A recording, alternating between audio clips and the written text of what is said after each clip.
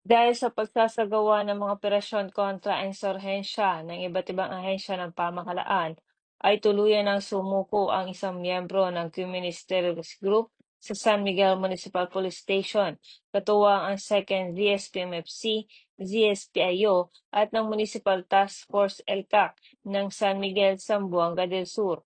Kinilala ng mga otoridad ng Balikloob na si alias Sally, 50 taong gulang, may asawa at residente ng Barangay Dumalian, San Miguel, Zamboanga del Sur.